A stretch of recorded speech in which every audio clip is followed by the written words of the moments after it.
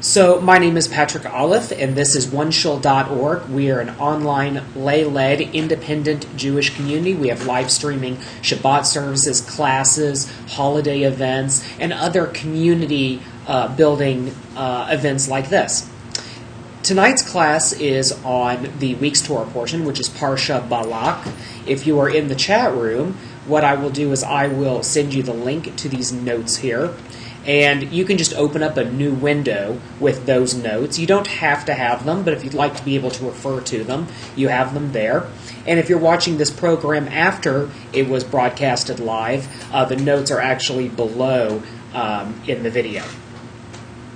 So, Parsha Balak. So, Balak, so we're in the book of Numbers. Balak is the king of Moab.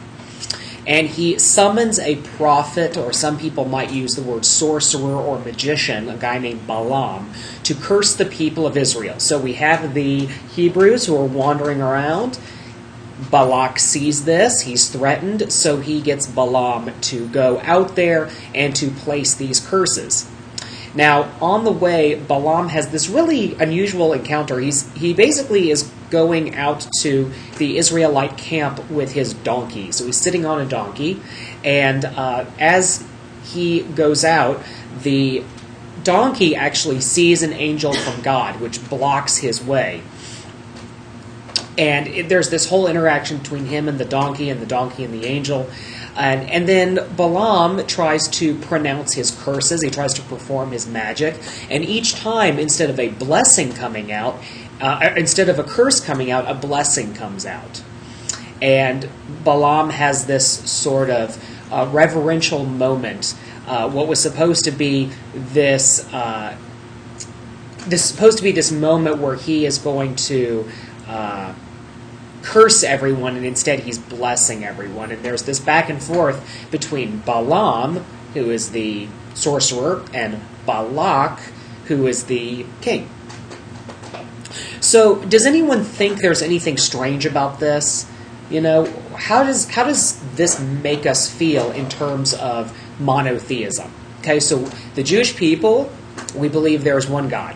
And one God is the sovereign of the universe, the Lord of the universe, whatever term you want to use, right? And this God's controlling the show. And this God's involved in every single thing, is omnipotent, and omniscient. So that means God can do anything and God sees everything. And yet there's this guy named Balaam who has the ability to do magic. He has the ability to place curses on the Hebrews. Does this pose any kind of issue? Does anyone see maybe a conflict or a contradiction here? Anyone see a problem with that? See, this is the reason why you want to be in the chat room, because then you can type what your thoughts are, and there are no right or wrong answers. So does it seem strange at all? Or does it all make sense? Does it make sense that there's this one God who controls the universe, and yet at the same time there's this guy who can sort of do magic? So George says some people see Balaam as a false prophet. Okay, so he had some kind of gift from God, and yet it was a false gift. Possibly a Gentile prophet, okay? But it's still interesting, though. It's, the Hebrews are God's chosen people, and God runs the show, right? I mean, God liberated us from Egypt and all of that.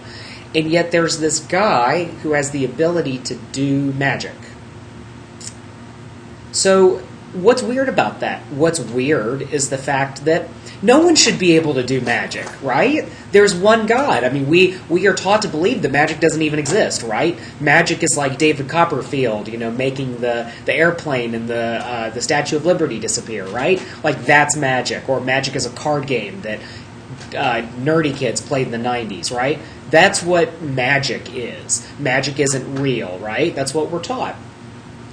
And how can there be one God and yet someone who is not part of, God's order, let's say, has the ability to perform magic, to do this sort of metaphysical stuff? It doesn't make sense. That does not add up. So we're stuck with this situation where possibly God is not in control of everything. That's one possibility. Another possibility is God doesn't know everything when everything's going to happen. Or there's some kind of supernatural power over which God has no control. Or maybe God has some control some of the time, maybe not all of the time. Because presumably, if Balaam is a magician, if he's a sorcerer, then he's probably done something in the past that has sort of shown off his sorcery skills, right? Like, you wouldn't get the job as the sorcerer for King Balak of Moab if you couldn't do any, special powers, right? I couldn't get a job, as a website developer if I couldn't build websites, if I couldn't prove that I could do something. So we can infer that Balaam had superpowers, right? He had metaphysical powers. And yet we're still stuck with this conundrum of how can there be one God, and yet there can be all this magic stuff. Does that seem puzzling to anybody? Or am I just totally making this up, that I think this is a weird contradiction? Because it seems contradictory to me. How this can even make sense. But there's a couple of different ways we can look at it. And that's what I want to focus on with tonight's portion. So the question is, if our God is the God of the universe, then how can magic, which God is not involved in, somehow exist? How could the priests of Moab, like Balaam, be able to perform any kind of magic? Or Pharaoh's court, for that matter? Recognize that in the Exodus story, Pharaoh's court magicians had power. They summoned up pagan gods and were able to perform magic tricks, as Chaya says. So, we have to try to figure out how to deal with this, right? Because we're stuck with all of these kind of weird problems. How is this able to work? So one of the ways in which Christianity tries to solve this problem is by saying the devil made me do it, right? So it's the whole idea that, there's this figure named Satan, and Satan is in control of all of these sort of black magic stuff, right? And so I think back to, I live in the South, so I'm sort of surrounded by evangelical Christianity. There's these things, and I'm curious if anyone else has ever seen them. They're called chick tracts, like chick as in chicken, Jack Chick tracts. So what they are these cartoon-looking things, and it looks like George has seen them before. So they're basically these cartoon things, and when you go to the bowling alley, they're in the men's rooms, or you go to let's see where else. Movie theaters, they put them in weird places in movie theaters. I always see them at county fairs. People are always handing them out at county fairs. People used to hand them out on Halloween instead of candy, which is a total jerk thing to do to little kids.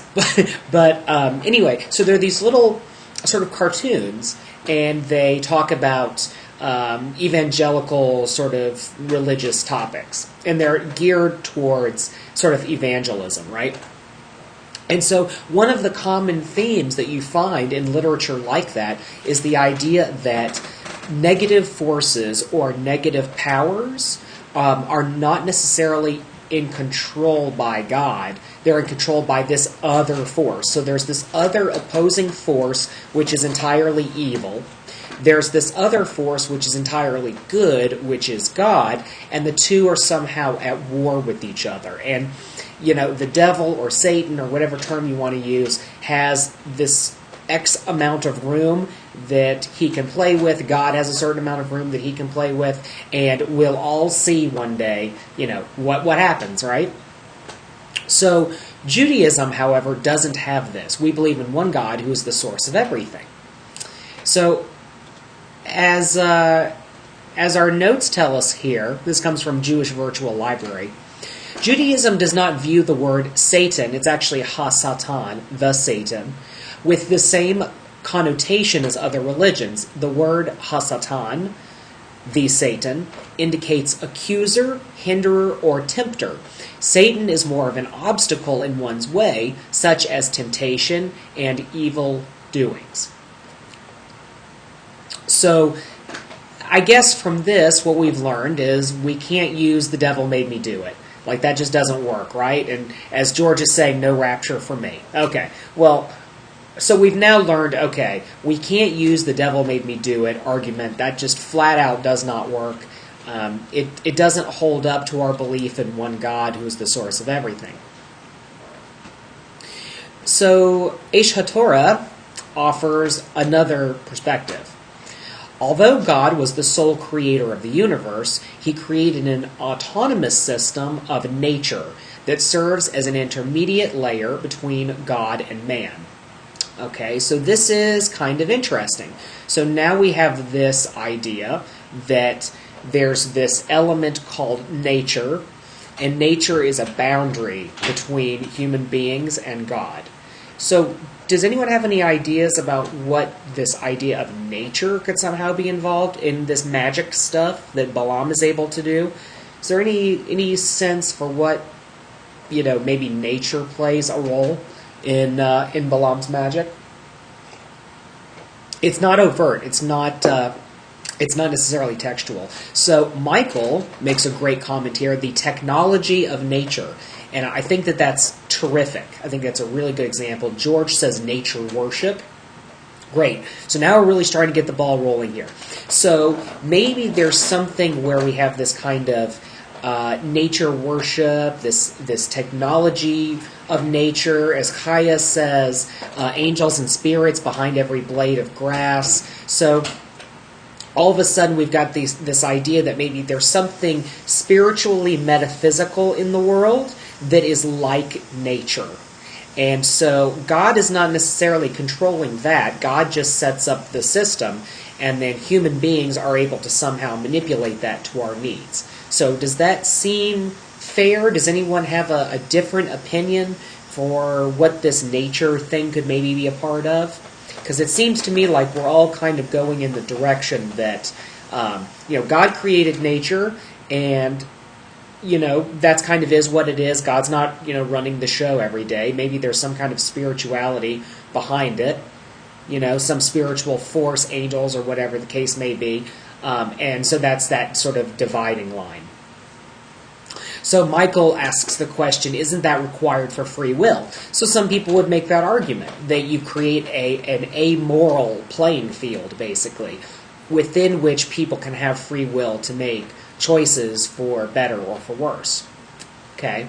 So there is some truth to that. We're still looking, though, at this nature issue and the idea that God created nature and has now stepped back. Now, there's a curious problem with that. Does anyone see a problem with how we could have this amoral universe that God is not in control of? God just kind of set it up and is letting it do whatever it's going to do, and human beings have free will. Does there seem to be maybe something, not necessarily in this Torah portion, but in other Torah portions, that makes that confusing? Because now we're kind of saying that God doesn't control the natural environment. God just it's deism, basically. God set up the rules and then just kind of stepped back. So Chaya makes an excellent point here. The laws of nature can be suspended by spiritual forces. Okay, so where do we see that? So we see that in the story of Joshua. The sun stays up so the Israelites can march through the promised land. What's the most obvious suspension of nature? The plagues on Egypt and the parting of the Red Sea, right? These are very obvious things. Yes, as Michael said, is also called the Sea of Reeds. So here we go, right? We have this situation where, okay, our previous idea, our previous philosophy that we thought worked was that God sort of set the world up. So God, formed the earth. Here's God's hands, and here's the little earth, and it's, spinning like a, basketball on the tip of God's finger, and God's just kind of hanging out watching it, and hopefully it's all going to spin in the right direction. But then every now and then, God stops the whole show and changes things. So this has been a central question in what's called theodicy, which I've talked about many times recently, the idea of how can we have, a good God in a cruel world at the same time, right? How can we have all benevolence, all knowledge, and the entire ability to do everything, and yet all of these horrible circumstances that happen in life, whether it's something as small as, us accidentally hurting ourselves to something as big as war and the Holocaust and things like that, right? So we're sort of stuck now. We believe that there's kind of this God that can do everything, and yet at the same time, God does nothing, and then sometimes God does something, and we're not quite sure what to make of it. So let's pause on that for a moment, and let's look at some other stuff. How has magic, the concept of doing magical things, been treated throughout Jewish history? Does anyone have a sense for how magic has been treated? Is magic treated generally as a positive thing? Is it a negative thing? Is it a doesn't matter kind of thing? Does anyone have a sense of, of what that's about? Is magic something we can do? Magic something we should do? Okay, so George says The Witch of Endor, not so good. Okay. Kaya says low profile, you can get burned at a stake. Okay. So, sounds like not so good. Michael says it's negative when it's not backed by God. Okay, now this is interesting. So maybe there are certain kinds of magic that are God-oriented, and there are some that aren't God-oriented. And so the bad stuff is the not God magic, and then there's this kind of like good magic. This is where the idea of white magic and black magic kind of come from. Now, in paganism, they take this to mean black is in bad and white is in good. For the sake of our argument, I'm going to say God magic and not God magic. Okay? So there's some interesting things there. Let's read a little text here. This is not in our Torah portion, but it's still interesting. Exodus 22:17, a sorcerer shall not be allowed to live. It's interesting. This comes from Deuteronomy. For you are coming into a land that God is granting to you. So this is Moses talking about the promised land. Do not learn the ways of the abominations of the native people. There shall not be found amongst you a sorcerer, a soothsayer, or engager of witchcraft, or one who calls up the dead. For it is an abomination before God, and it is on account of these abominations that God is giving you their land. Interesting. In the beginning of the Torah, in the beginning of the Hebrew Bible, we're not exactly told why Canaan is supposed to be the promised land as opposed to, New Jersey or Iraq or some other place like that, right? We are just told that we're supposed to go in there. And now Deuteronomy is giving us, the full picture. Deuteronomy is actually a retelling of other texts. So now we're told, okay, why do the Hebrews get to enter the promised land? God has given the Hebrews Canaan because what the Canaanites are doing and all of the other tribes is immoral. It's called an abomination. It's toeva in the sight of God. And that's this sort of soothsaying and bringing up the dead and stuff like that. So we have this sort of political, religious commentary here where we're told, okay, this stuff, this witchcraft stuff, is so bad, you can't allow anyone to practice it in your community, and you have to kill them if they do it.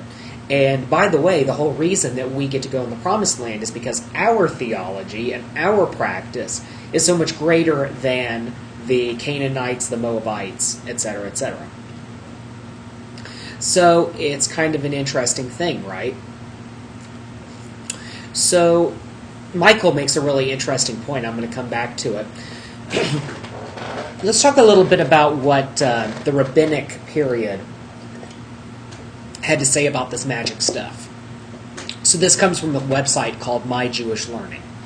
On the one hand, the rabbis condemn magic as one of the ways of the Amorites, and they sanction its practitioners to death by stoning. One who so much as whispers over a wound the words of Exodus and I quote, "I will put none of the diseases upon you that I have put on the Egyptians, for I am the Lord who heals you," is said to lose his place in the world to come. And the world to come is the idea of a restored world where there's no violence and things like that. Indeed, it is reported that to quell magical practices, Simeon ben Shetah hung 80 witches on a single day. Wow. That is pretty rough, right? That sounds like some interesting issues. So George is bringing up some interesting stuff about archaeology, and also some issues about, okay, we're being told that magic is so terrible, well, how do we deal with Wiccans? So people who practice some variation on paganism. What do we do about that today? We're being told we have to kill them. So how do we deal with that, right? That seems like a pretty tough issue.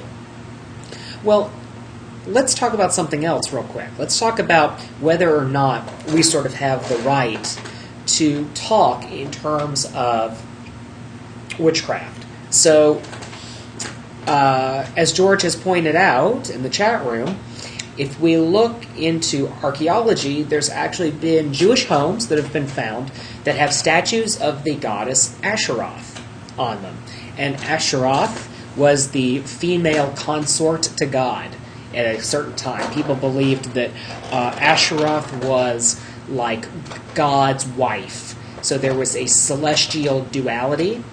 Asheroth is sort of the goddess figure of early paganism and early Canaanite practice. Now, we don't know a ton about what all that involved, but we have discovered it. We know it exists. As a matter of fact, there was one icon that was found that said it was a statue of God. It said Yud He Vav He, and then next to it was a female deity, and it said, and his wife Asheroth. So we know that there was iconography and the use of idols back then. And, that's pretty wild stuff. Let's try something that's a little bit more down to earth. How many of you have seen people who are interested in Kabbalah, let's say, wearing red strings around their wrists?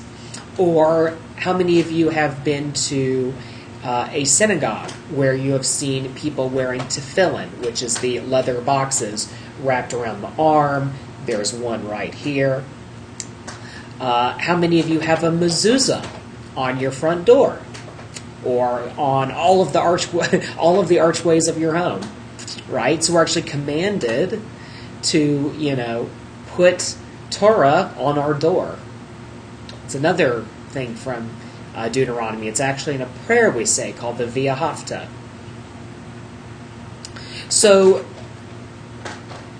Robert Alter, in his commentary on the 5 books of Moses, aptly titled the 5 books of Moses, in the V'ahavta actually talks about how, the idea of the tefillin and mezuzot, we tend to think of those things as being metaphorical a little bit. Like, they could go either way. It could either be very metaphorical or it could be very literal. Now, with mezuzot and tefillin, people have interpreted that to be very literal, and you have to literally bind as a sign on your hand the tefillin. You have to literally wrap Torah and put it on your body. Inscribe them on your doorposts. That's what a mezuzah is, right? And so there are some people, Karaites, Reform Jews, who would say, no, this is metaphorical. It doesn't really mean you have to do that. As an example, it says, inscribe the words of Torah on your heart. Well, there is no open heart surgery during the Bible times, so obviously it's something that is metaphorical. But Robert Alter actually says that in terms of mezuzot and tefillin, it actually may be literal, because during that time, the idea of adorning your head, adorning your arm, putting things on the sort of threshold of your home, these would have been considered amulets. These were protective symbols. You even think today people have Hamza necklaces or Hamza keychains or car mezuzahs, right? So people still kind of carry these things on. In Robert Alter's opinion, in the 5 Books of Moses, which if you haven't read it before, you should read his commentary, it's fantastic. He basically makes the argument that, yes, like this could very well be physical stuff. We shouldn't say that it's all metaphorical.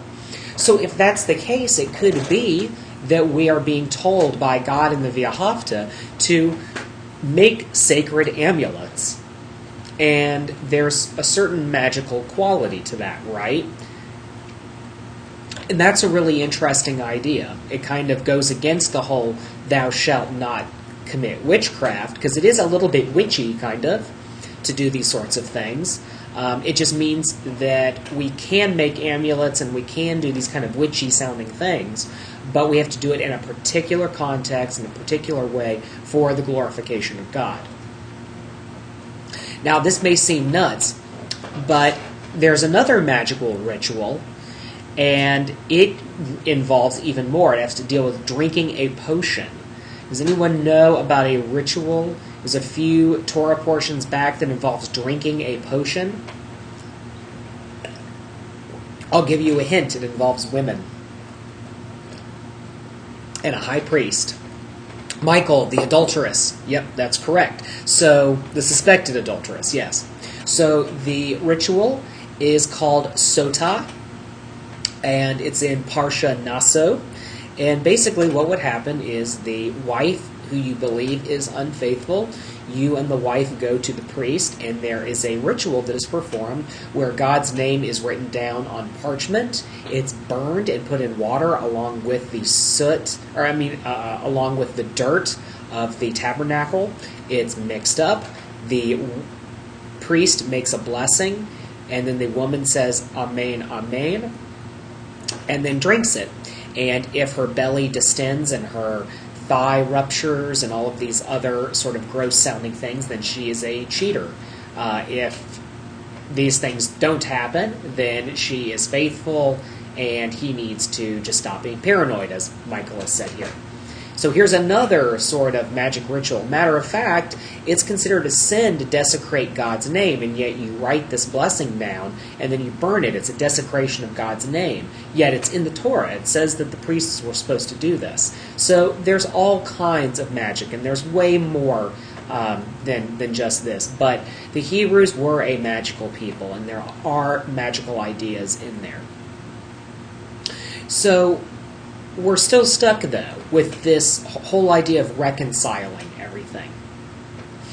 And so what I want to do is talk about another sort of contradiction that has to deal with all this. So would everyone agree that the golden calf, the sin of the golden calf, was a bad thing in some way?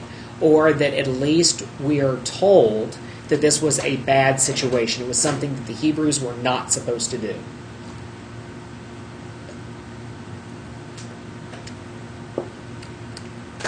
So it looks like we have some agreement here. The golden calf was a bad thing. Now, why was it bad? Because it was idolatry. Because you are bowing down to an idol, you're making a graven image, and you're worshiping it. Well, there's a problem with that. Because God also commands at one point that the Hebrews practice something that looks an awful lot like idolatry. So the Hebrews are told in last week's Torah portion, Numbers 21, 4 through 9, to make a bronze serpent. Okay? So basically there are these snakes that are biting the backs of the calves, or backs of the legs of the Hebrews as they wander through the desert, and they're dying. And so God says, build a bronze serpent and gaze upon it, and you shall live. Okay? Does that sound like idolatry at all? So let's think about what idolatry is, right? You shall not build a likeness of anything that is in earth or in heaven. Okay? So they did that, made out of a molten image. All right, that's bronze. It's a metal. Okay, so that again is a sin. They don't bow down to it, but they do gaze upon it. So that sounds a little bit rough, right? But actually, Michael is making a really great point here. God ordered that form of idolatry to happen. Another example, the seraphim who were on top of the Ark of the Covenant, they were supposed to be made. As Chaya says, the snake wasn't supposed to be God. So again, another example of the idea that a certain kind of idolatry, something that kind of looks and smells and tastes like idolatry but isn't actually idolatry, is acceptable. It's acceptable when it comes from God. It's not acceptable when it comes not from God. So there are things that we can do that are acceptable, that may seem bad, but because God ordains them to be so, because there's a literal command to do them, it's not that bad. If we look at tefillin and mezuzot as being amulets, let's do an obvious one. The pharaohs and the Egyptians had headdresses with little box-looking things right up here with snakes on top of them, right? As a matter of fact, in American Sign Language, this is actually the way you say Egyptian. I learned that from a deaf woman at a Shabbat dinner. So, what's the difference between this and this? It's kind of interesting, right? The difference, though, is that we are commanded to do it. That's the difference between witchcraft and living a holy life, is understanding that there are things like this that are weird and that look like curses, but they're actually blessings. And that's what goes back to Balaam. You see, Balaam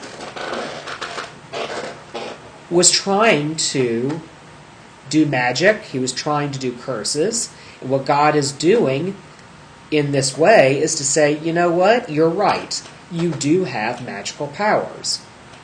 But your magical powers are only truly going to work when they come from me.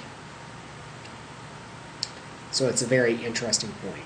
Chaya makes an excellent point that the bronze snake was later commanded by God to be destroyed because people started worshiping it. So absolutely, it goes back again to what are we doing wrong and how can we make right on it. Another interesting point, this comes from My Jewish Learning. I thought this line was really interesting. Jews' scientific training made the Jewish people superior magicians in the popular view, and every triumph of Jewish medicine enhanced Jewish reputation for sorcery. Okay, well that seems kind of strange, right? But in actuality, it makes perfect sense. There was a time before we had the scientific method as we understand it today, and really understood more of the building blocks of science, the belief that herbs and potions and amulets and things like that had the ability to heal. Now, in some cases, they kind of do. There's a psychosomatic thing where if we think we're going to do something and we think it's going to make us better, it will. And it speeds up the body's natural ability to heal.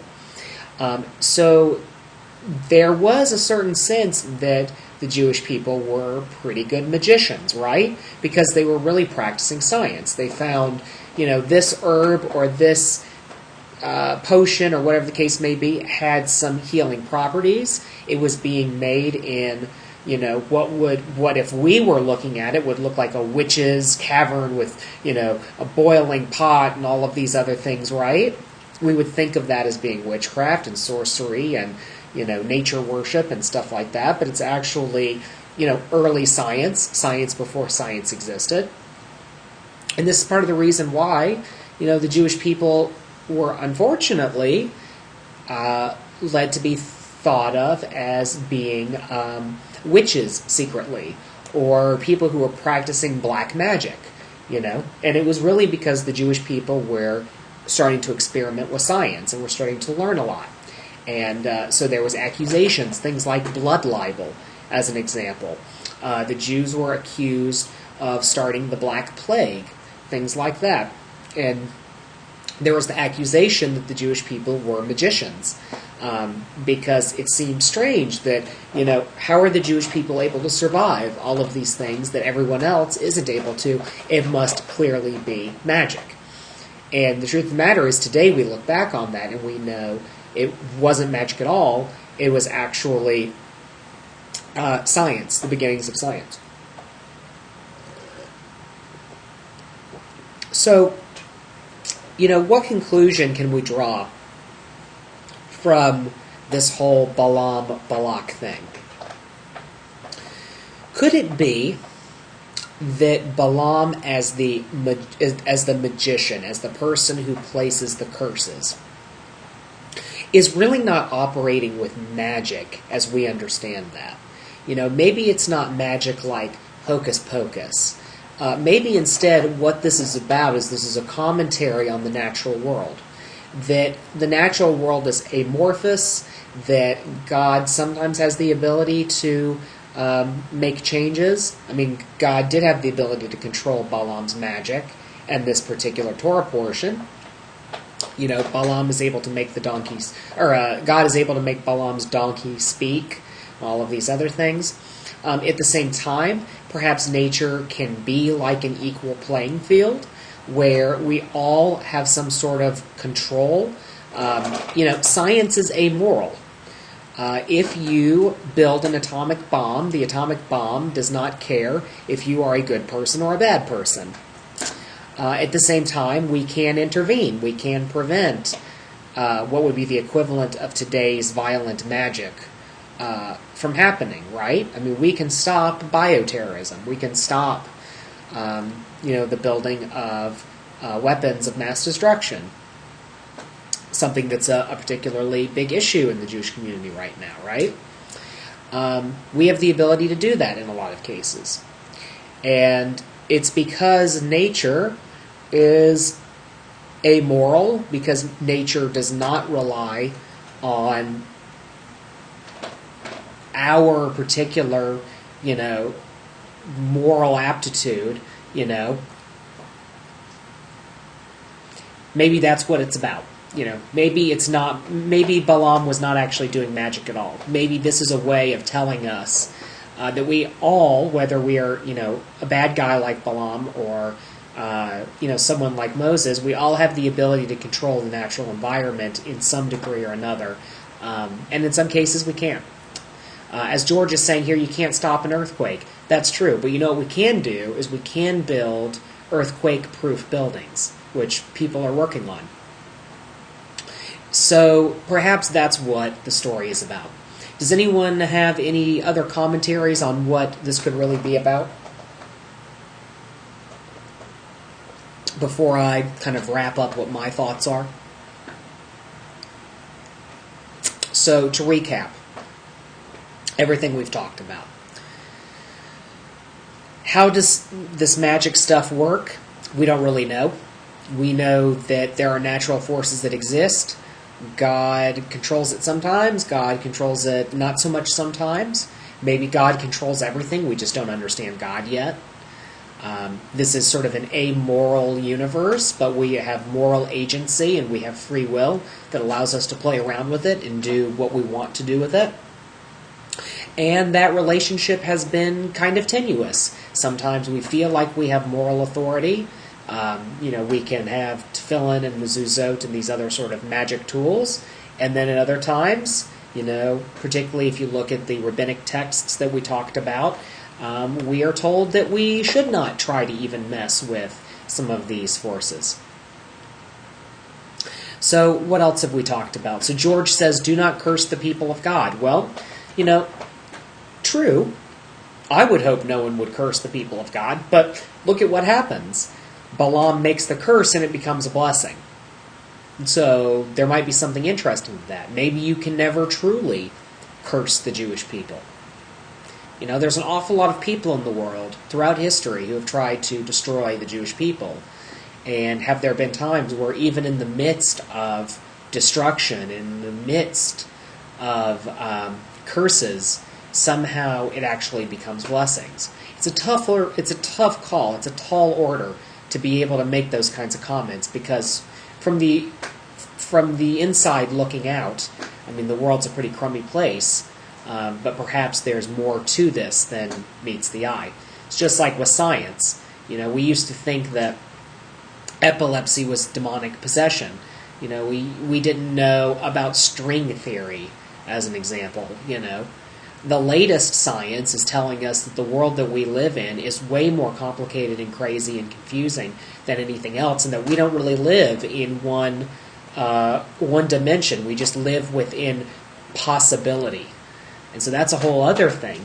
Perhaps Balaam's magic is really not, hocus pocus. Maybe it's really about potential, that everything around us, because at the sub-atomic level, is just popping in and out of reality. Maybe this popping in and out of reality is what looks like magic to us, and that sometimes when these realities line up, God is in control. Sometimes when these realities line up in a different way, we're in control. And sometimes when these realities line up in yet another way, someone else is in control. Chaya makes a really good point that Balaam was asked to do what we might call voodoo, the idea of putting a curse on people. And curses are becoming blessings in this week's Torah portion. So maybe that's another statement. Maybe we can never truly curse anyone. And maybe no one can ever truly curse us. Now, maybe it doesn't come out as a blessing, like Balaam, but maybe there's some truth to that. Any other comments? Anything, want to say anything before I wrap up here?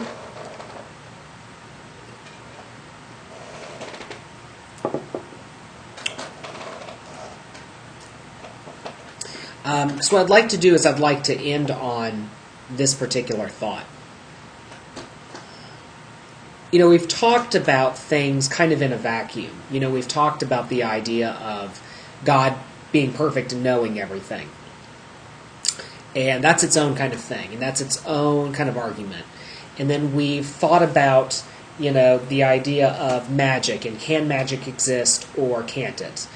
We've talked about the universe. Is the universe immoral, amoral, or moral? And that's another completely separate issue. So there's all of these different separate issues. So the only problem, though, is that nothing exists in a vacuum, right? There's nothing that exists independent of anything else. These are all issues that all kind of topple on top of each other, just like anything else. The golden calf, the bronze serpent, the fact that we can do magic sometimes we can't. Sometimes we deserve to die for what we say, and sometimes we deserve to live for the things that we say. And sometimes those things are good, and sometimes those things are bad, and it's very confusing. But my final comment I want to make is that it's not really the things that you do. It wasn't really Balaam's magic that was the problem. Some religions would say practicing any kind of magic, practicing any kind of anything that doesn't, particularly fall within a certain framework of understanding is wrong. That there's basically an immorality to flexibility. And that it's either black or white, it's right or wrong, and we have rules that tell us what to do. And even when you look into things like the Talmud, where we think of the Talmud as being this thick stack of rules, right? It's actually not. It's just different sets of circumstances and how those circumstances play out. And sometimes you can have all the same circumstances line up and get a different conclusion. And sometimes you can have things be completely different and arrive at the same answer or the same possibilities as some other completely random thing. It's not about this clear black and white. It's about everything that surrounds it. God never says to Balaam, don't be a magician. Yet, the Hebrews are told not to practice magic. Yet, we practice magic in the temple. Okay? It has to do with what surrounds you. Why can you practice a magical ritual like sotah? Because you are in the temple. Why can you not curse the Hebrews? Because you are trying to curse them, right? If you look at the Hebrew language, even in Hebrew, things don't sit alone. So as an example, if you look at a word like derech, we think of the word derech as being like a path. So you've heard of the term derech Torah. It's the path of Torah, or derech Hashem, the path of God. Okay? But derech can mean road, it can mean sidewalk, it can mean path in a metaphysical sense. Okay? So it can mean a path that we walk through a vineyard, a path through a jungle. Okay? It can mean a lot of different things. And the way that you know what words in Hebrew are actually meaning things is the context of what surrounds them. Context is incredibly important. The word for cattle, behemah, or behemot in plural, can also mean animals. Okay? So you can have one word for animals, or beasts, or chattel, or cattle, or whatever the case is, right? And you have to look at everything that surrounds it in order to understand. And it's the same thing with Torah portions like Balaam, or with anything in life where things don't seem to make sense. You have to look at everything that surrounds it to, better understand it. So, that's all that I have to say here. Chaya, I do think you're right. We do need a sotah ritual for unfaithful husbands. I will support that 1,000%. Anyway, I want to give you several announcements. We have a Shabbat service this Friday at 8 p.m. right here at oneshul.org. In addition to that, we are using a new chat system and a new broadcast system. I'd really appreciate your... appreciate it if you could give me some feedback on what you think, because this is a new system. We're still in beta testing, and I tell you, you would think the Jewish people, we are so big into hearing ourselves talk and giving our opinions, but it's impossible to get feedback on things like this. So please do me a favor. We've got about 11, 12 people that have been online tonight. Send me an email, patrick@punktorah.org. I put it in the chat room, patrick@punktorah.org. Let me know what you thought of the class, what you thought of the streaming, what you thought of the chat room. It's tough because some people will say, oh, this is so great, I love this chat room. And then the next email I'll get is, oh, I hate this chat room, I couldn't log in. So it takes a lot of debugging to figure it out. Now, in addition to that, I mentioned that it does cost money for us to run One Shul. We just upgraded to this new chat room. The chat room costs us $20 a month. So that alone is an expense, right? Streaming, just the video, what you're seeing now, costs $99 a month. Now, we are a small organization. We depend entirely on small donations. So I want to encourage you to please support us. Now, one way that you can be supportive without having to give a lot of money, we just started something brand new. I'm going to promote it. Tomorrow morning, but I'm going to go ahead.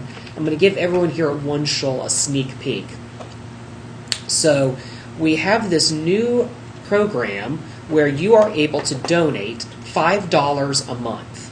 And it's an automatic thing, like it automatically will come out of your checking account. So that means you'll be able to donate $60 over the course of a year to PunkTorah, right? But you do it in these tiny little installments. So you never have to worry about, oh gosh, like I want to give money, but I don't have money right now, because it's such small amounts. So it's a really handy way to give back without having to worry about, oh, they're going to ask me for $20, I don't have $20.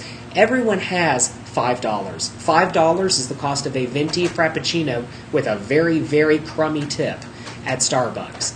So the question I would ask you is, are you willing to give up one frappuccino or about a about a gallon and a quarter of gas, right? Are you willing to give that up so there can be free online Jewish community, free Jewish learning for everyone around the world.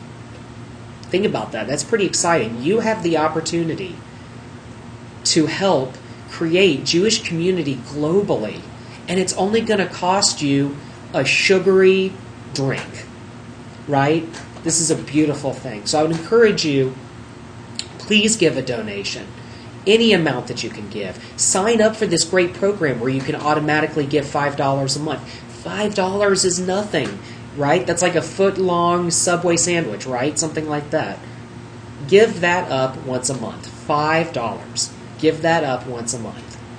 If we had everyone doing that, we would never have to fundraise ever. And I tell you, $5 a month is way less than what you spend on gas just trying to get to synagogue, let alone synagogue memberships and fees and things like that. What do you get in return? You get PunkTorah.org. Our online magazine. You get one shul. You get live Shabbat services. You get Judaism classes, Torah study, online events, completely membership free. You get God Project, which is our website and YouTube portal. You get New Kosher, which is a great database of delicious kosher recipes. You get 3 ebooks for free every year, including Siddurim, cookbooks, essay anthologies. You get monthly podcasts. We have over 400 YouTube videos, and we've got this social network that's like the size of, Jupiter. It's huge, right? You get all of this, and all you have to give up is a gallon of gas. All you have to give up is a bad fast food sandwich or a sugary drink, right? That's all you have to give up in order to give the entire world Jewish community. Think about that. That is far less than anyone is ever going to ask you. $5. So sign up there. And you know what? If your heart motivates you, there's the idea in the building of the Mishkan, everyone whose heart brings you, give more.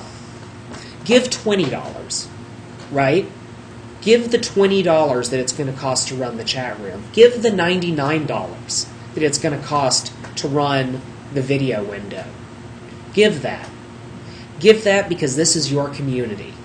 It's not something that you buy like a Frappuccino, right? It's not something that is just given to you and you give some money and then you get it and you slug it back and then it's over. This is something that lasts forever. It lasts forever on the internet and it's for everyone.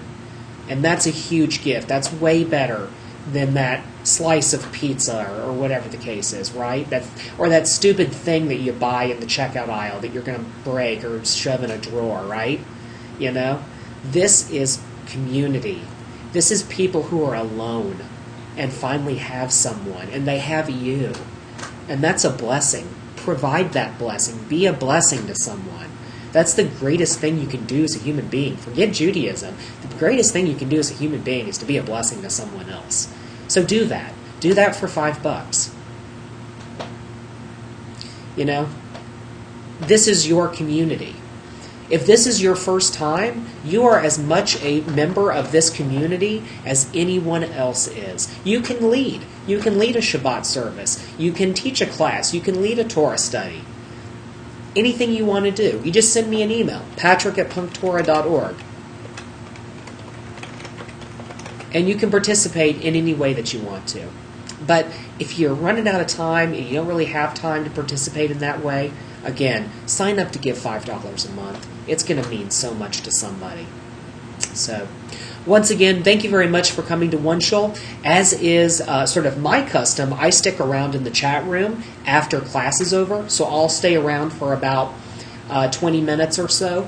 And you can ask me questions. If you want to Skype with me or speak to me on the telephone, you can do that as well. I'm here for you. I won't be broadcasting, but I am in the chat room. So let me know if you want to talk. I'm here for you. I can answer any questions you have. We can talk about the Torah portion, or we can talk about Starbucks or whatever you want to talk about. So anyway, take care. Have a wonderful evening. I'll see you this Friday, 8 o'clock for Shabbat services with Ketzira. Ketzira does an amazing Shabbat service. You should definitely come. She is awesome. So come for that. Take care and have a wonderful, wonderful evening.